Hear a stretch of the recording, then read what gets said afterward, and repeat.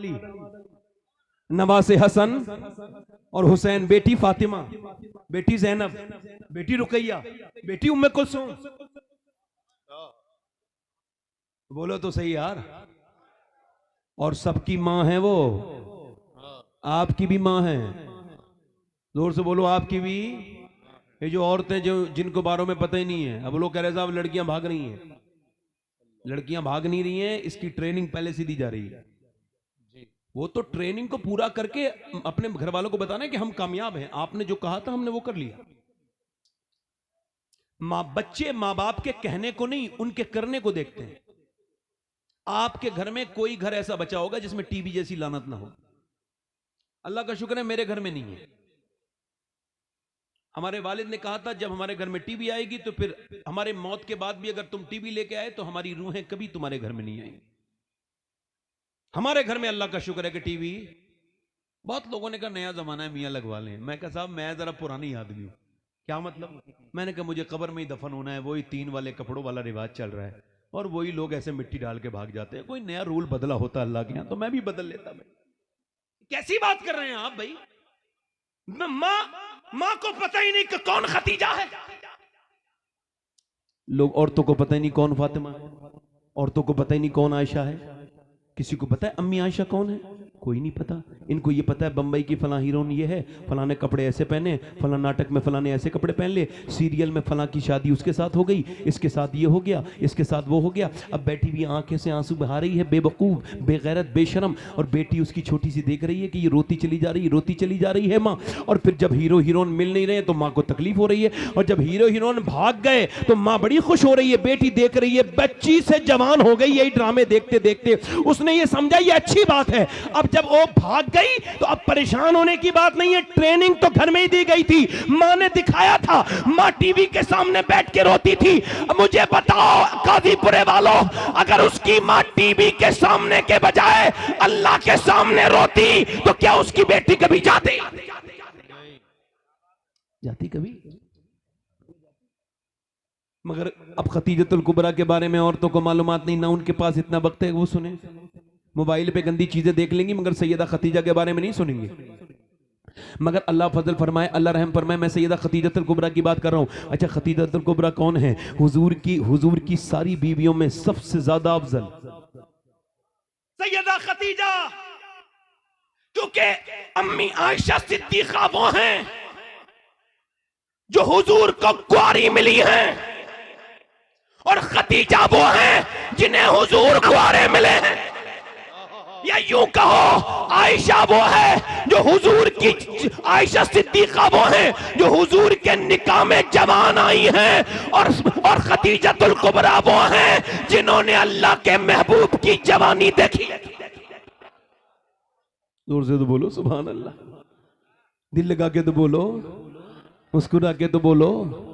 सैयदा खतीजतुल कुबरा, इनका निकाह हुजूर के साथ होना ये इत्तेफाक नहीं, इत्तेफाक बोलो इत्तेफाक, ये अल्लाह की मर्जी है। शेख अब्दुल्लाह मुहद्दिस देलवी रहमतुल्लाह अलैह ने, इसके अलावा और भी उलमा ने लिखा है कि एक बार अरब में मेला लगता था, यानी ये काबे में मेला लगता था, उसमें नॉट अलाउड थे मर्द, उसमें सिर्फ जेंट्स नॉट अलाउड, उसमें सिर्फ औरतें अलाउ की। अब वहां पर जब मेला लग रहा था, सैयदा खतीजा बयान करती है कि मेरी नौ उम्र थी, मैं नहीं उम्र, उस वक्त में मैंने देखा कि अचानक एक बोसीदा कपड़े वाला आदमी आया है, और आने के बाद उसने अपनी किताब खोली है तो उसे औरतों ने धक्के दिए और उल्टी सीधी बातें कही हैं, तू क्यों आया मर्द होके? मगर वो रुका नहीं है, उसने अपनी किताब खोली। खुद किताब खोलने के बाद उसने जो है ना वो पढ़ना शुरू किया और कहने लगा तुम मुझको धक्के दे रही हो औरतों, मगर मेरे इल्म के मुताबिक अगर मेरा इल्म और ये किताब ठीक है तो कुछ दिनों के बाद इसी मक्के में अल्लाह का हबीब तशरीफ लाने वाला है, अल्लाह का महबूब तशरीफ लाने वाला है, और अगर मेरा इल्म सही है तो तुम औरतों में एक औरत यहां मौजूद है जो उनकी बीवी बनेगी। खतीजतुल कुबरा फरमाती है मैंने ऐसे करके झोली फैलाई, पहले तो उसको नजराना दिया और औरतें मार रही थी, मैंने नजराना दिया, फिर मैंने झोली फैला ली, फिर मैंने कहा ए काबे के मालिक, अगर तेरा हबीब यहीं आने वाला है तो उसकी मोहब्बत की खैरात खतीजा की झोली में डाल दे। आए हाय, काबे में सेल्फी लेने जाते हैं लोग, तस्वीर लेने जाते हैं। अच्छा तुम्हारी सूरत इतनी अच्छी है, काबे के साथ फ्रेम कर रहे हो? तुम जैसे मेरे जैसा गुनहगार, और कहां काबा? काबा तो यह है कि अल्लाह कहता है अगर तेरे तेरे जो गुनाह ने समंदरों के बराबर है ना, तो फिर आ जा और 2 आंसू बहा ले यहाँ हरम में, मैं सारे गुनाह माफ कर दूंगा। काबे में तो गुनहगार को अपने गुनाह याद आने चाहिए। ये मोबाइल क्यों याद आ गया?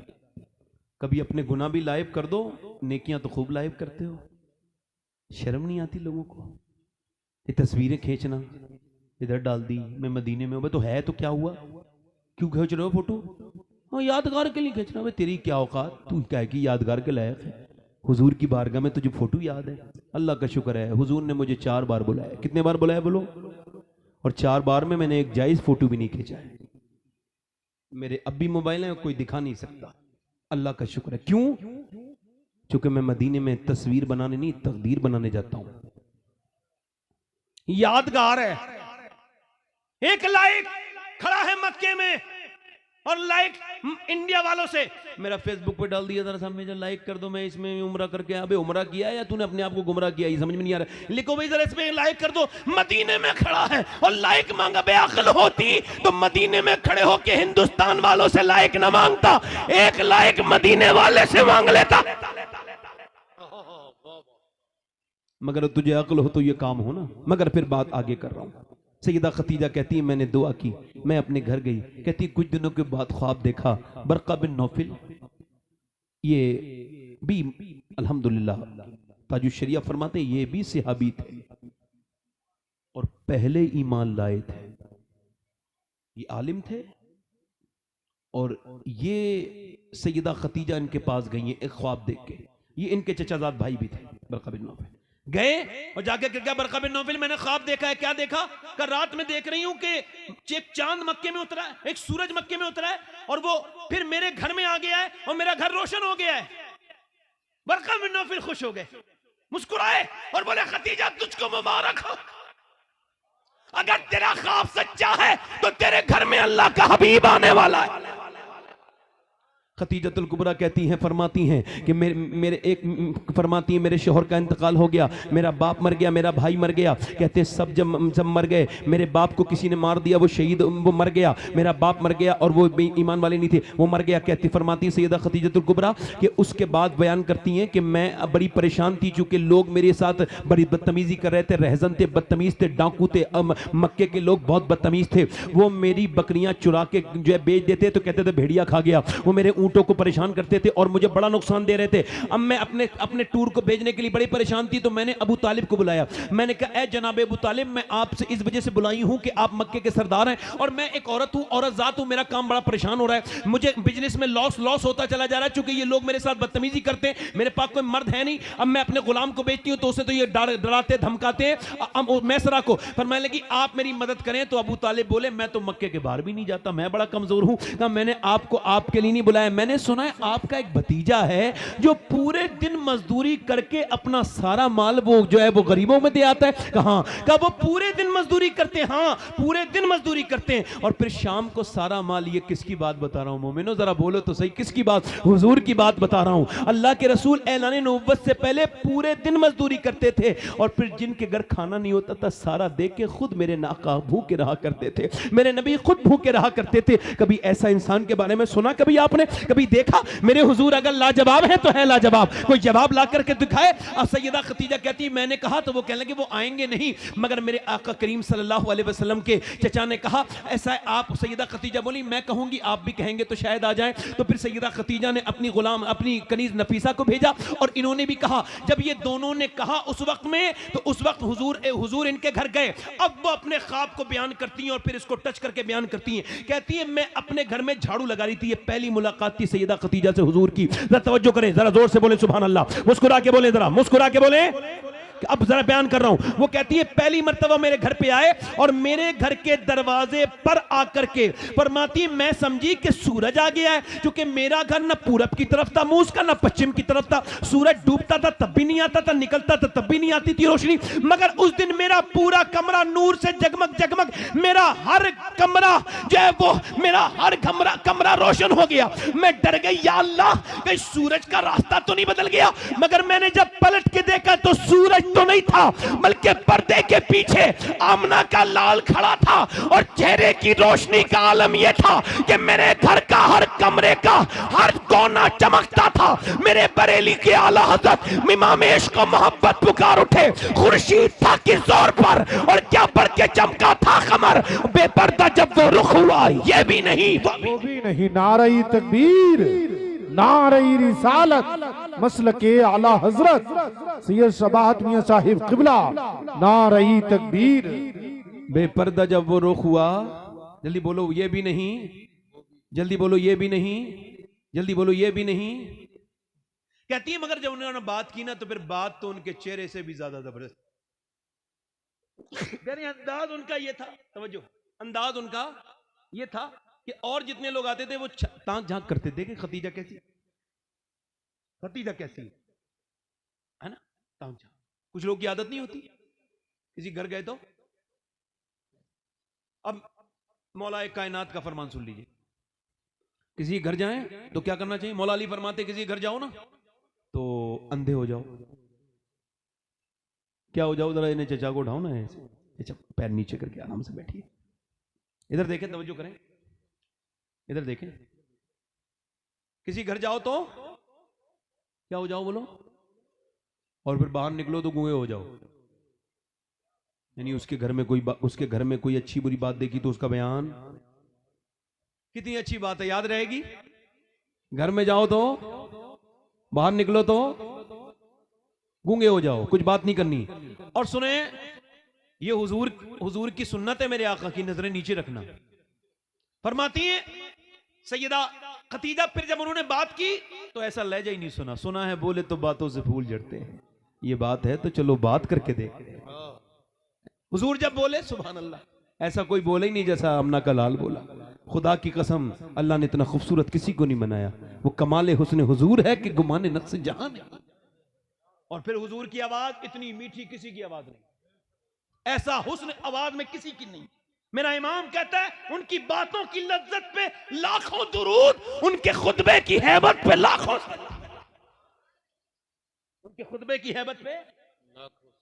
फरमाती खतीजतुल कुबरा, मैंने अपने अर्ज किया कि आप मेरा काम के लिए, अब मैं ये तो नहीं कह सकता कि वो अपने काम के लिए भेजनी थी, नहीं, मैं मेरा इश्क तो गवारा नहीं करता ना। उन्होंने अर्ज किया, वो कहती मैंने अर्ज किया आप मेरे काम के लिए चले जाएंगे, मैं आपको 2 ऊंट दूंगी या 3 ऊंट दूंगी, ऐसा कुछ कहा।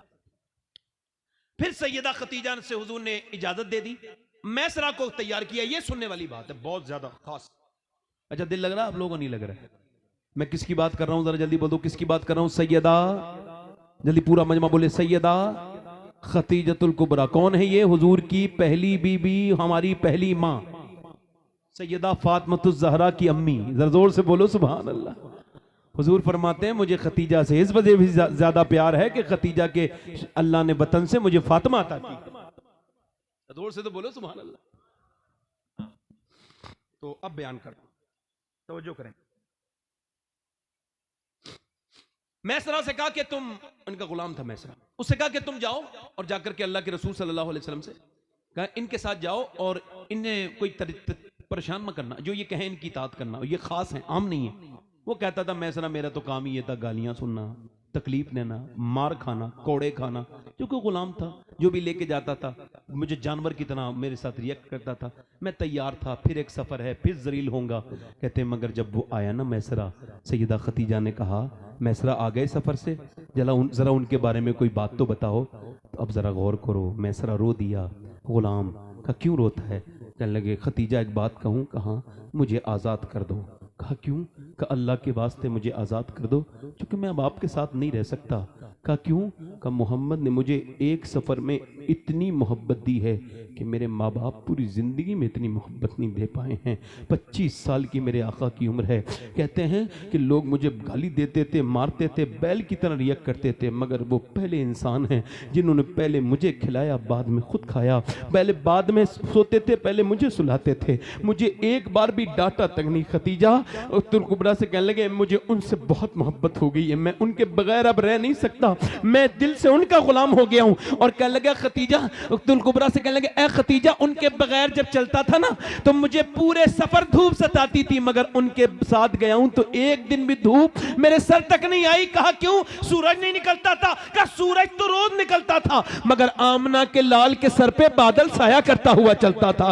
जब वो सैर को जाया करते, बादल सर पे साया करते, उनके जैसा और न कोई, उनसे बिछड़ के लकड़ी रोई। और यार मैं किसकी बात कर रहा हूं? किस जाने कायनात की बात कर रहा हूं। वो मैसरा से कहने लगी, फायदा कितना हुआ? का फायदा तो इतना हुआ कि जब उनसे लोगों ने कहा कसम खाओ, जो कसम खाओ बुतों की कि ये तुम्हारा माल ये ऐसा ही है जैसा आप कह रहे हो। मेरे आका ने फरमाया, मैं उन बुतों से बेजार हूं, मैं कसम नहीं खा सकता, बिल्कुल नहीं खाऊंगा। किसी ने कहा, जब तक कसम नहीं खाओगे तब तक माल बिकेगा नहीं। कहने लगे, फायदा और नुकसान मेरे रब के इख्तियार में है, मैं झूठ नहीं बोलूंगा। वो कहते हैं, मैसरा, सारे लोग वहां जाके झूठ बोलते थे और जाकर के फिर भी उनका नुकसान हो जाता था, मगर ये पहला शख्स मक्के से गया है जिसने शाम की मंडियों के बिल्कुल मिजाज को बदल दिया। इसने वहां जाकर के जब सच बोला है तो इस सच्चे को इतना अल्लाह ने फायदा दिया, आज तक किसी झूठे को। सुभान अल्लाह, सुभान अल्लाह, सुभान अल्लाह। सैयदा खतीजा के दिल में मोहब्बत थी और बढ़ गई। निकाह का पैगाम आ गया। जरा जोर से तो बोलो जरा, सुभान अल्लाह।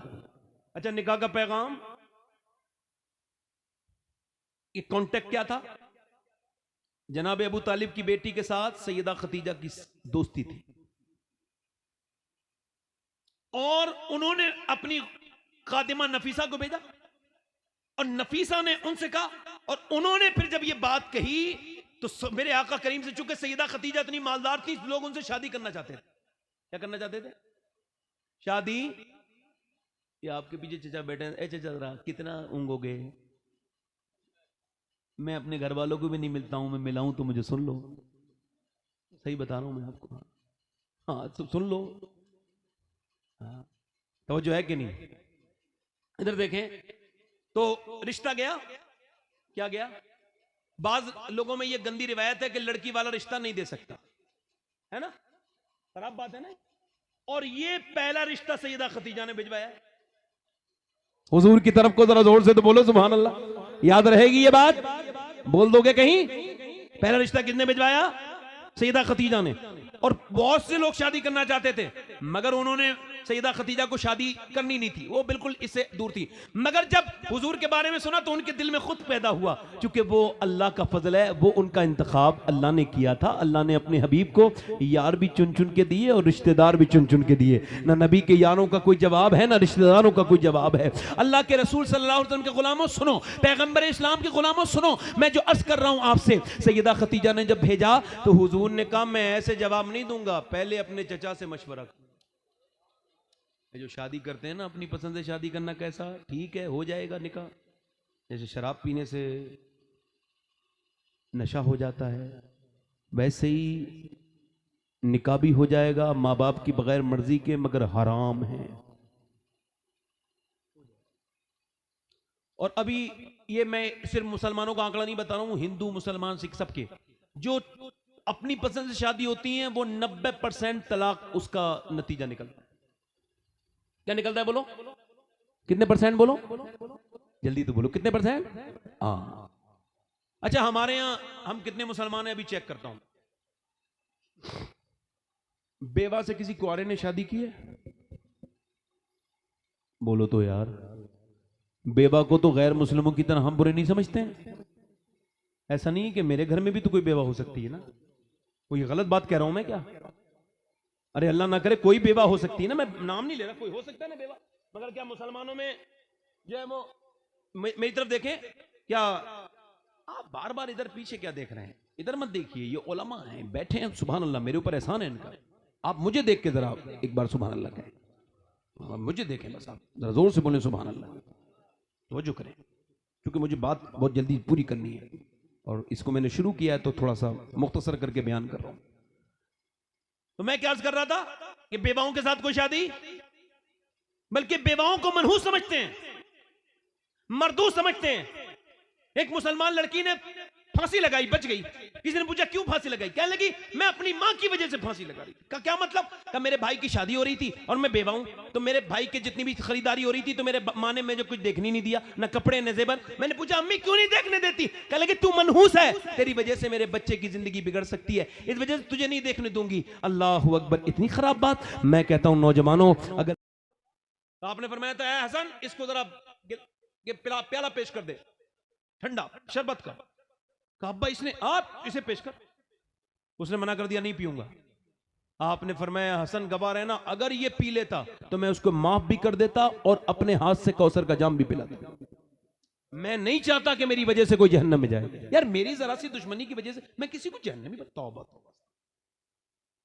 ये लोग तो जरा थोड़ा जानते ही कुछ नहीं है, जो जरा जरा सी बात में किसी को भी जहन्नमी कह देते। तौबा तौबा। नहीं नहीं, मेरे हिसाब से तो हुजूर के जितने आशिक हैं, जितने सुन्नी हैं, सब जन्नत में जाएंगे इंशाअल्लाह, है ना। वासिफ अली वासिफ फरमाते हैं जिसे दूसरों की जन्नत पे शक है उसकी खुद की जन्नत खतरे में है ना। अपने अलावा सबको जन्नती समझो, जितने हुजूर के उम्मती हैं। अल्लाह ने चाहा सब जन्नत में जाएंगे, हुजूर की शफाअत से जाएंगे इंशाअल्लाह। हम सब तौबा करके जाएंगे इंशाअल्लाह। कोई चौथा आशिक रसूल है इस मजलिस रसूल में जो अपने नबी के नाम पर पूरी दाढ़ी रखा है? आज से फैशन छोड़े, दुनिया छोड़े, दुनिया के लिए न जिए, फैशन के लिए न जिए, लोगों के लिए न जिए, लोगों को दिखाने के लिए न जिए, और फिर किसके लिए जिए? नबी के लिए जिए, नबी के लिए मरे। क्योंकि मेरे ताजु शरिया कह के गए हैं जिंदगी ये नहीं है सभी के लिए, जिंदगी है नबी की, नबी के लिए। चौथा आशिक रसूल है कोई चौथा नौजवान, कोई बुजुर्ग हमारा जो आज से ये सुन्नते रसूल की नियत कर ले और पूरी दाढ़ी रखाने की वादा कर ले? कोई हो तो चौथा। बस 4 यार का हो जाएगा, मामला पूरा हो जाएगा। मैंने अपनी बात खत्म कर देनी है। आप बस एक बार और कह रहा हूं, मेरे लिए एक ही खड़े हो जाते तो भी, कोई भी नहीं खड़ा होता तो मेरा कहना मेरे लिए सवाब का बाइस था, कोई मसला नहीं मेरे लिए। मगर कोई चौथा आशिक रसूल हो, कोई दीवाना ऐसा जो अपने नबी के नाम पर पूरी सुन्नत रखा है। इसी वजह से थोड़ा सा ये तकलीफ होती है कि लोगों को जो है ना वो बातें सारी अच्छी लगती हैं मगर अमल की तरफ वो तबीयत नहीं बनाते अपनी। बनाएं। जिन लड़कियों के लिए आप दाढ़ी नहीं रखा रहे ना, ये क़यामत के दिन आपसे वो फेल लेंगे, और जिस नबी की सुन्नत आप नहीं रखा रहे ना, वही क़यामत के दिन आपकी शफाअत करेंगे। हाँ, कोई चौथा आशिक रसूल है कोई? एक बार और कह रहा हूँ, वरना इन तीनों को तौबा करा देता हूँ। कोई एक आशिक रसूल और है जो इनका साथी बन जाए और पूरी एक मुश्त दाढ़ी की नियत कर ले? कोई है आशिक रसूल? चले खैर ठीक है, आप तीनों दाढ़ी रखाएंगे इंशाल्लाह, वादा आज से पूरी रखाएंगे इंशाल्लाह। बैठ जाए इंशाल्लाह। नमाज की पाबंदी करेंगे इंशाल्लाह, हुजूर की आंखों की ठंडक है। शुरू करेंगे इंशाल्लाह, आज से नमाज पढ़ेंगे, दोनों हाथ रहे इंशाल्लाह, नमाज पढ़ेंगे इंशाल्लाह। अपनी बहन बेटी को पर्दा कराएंगे इंशाल्लाह, मसलक आला हजरत पे सख्ती से कायम रहेंगे इंशाल्लाह। अल्लाह ताला आप सबको सलामत रखे, बाकरामत रखे। थोड़ा सा 1.25 घंटा हो गया, माफ़ कीजिएगा, ज़्यादा बोल गया आपकी मोहब्बत में। चूँकि सैयदा खतीजा का जिक्र था तो मैंने थोड़ा सा कर दिया, मगर फिर भी कम इल्मी में कोई बात ऐसी निकली हो जो शरीयत के ख़िलाफ़ हो तो मैं तौबा करता हूँ। आप तो भी तौबा करें। अस्तग़फिरुल्लाह रब्बी मिन कुल्लि ज़ंबिन व अतूबु इलैह। पढ़ लीजिए ला इलाहा इल्लल्लाहु मुहम्मद रसूलुल्लाह। मेरी ज़िंदगी का मकसद तेरे दी की सरफराजी। मैं इसीलिए मुसलमान, मैं इस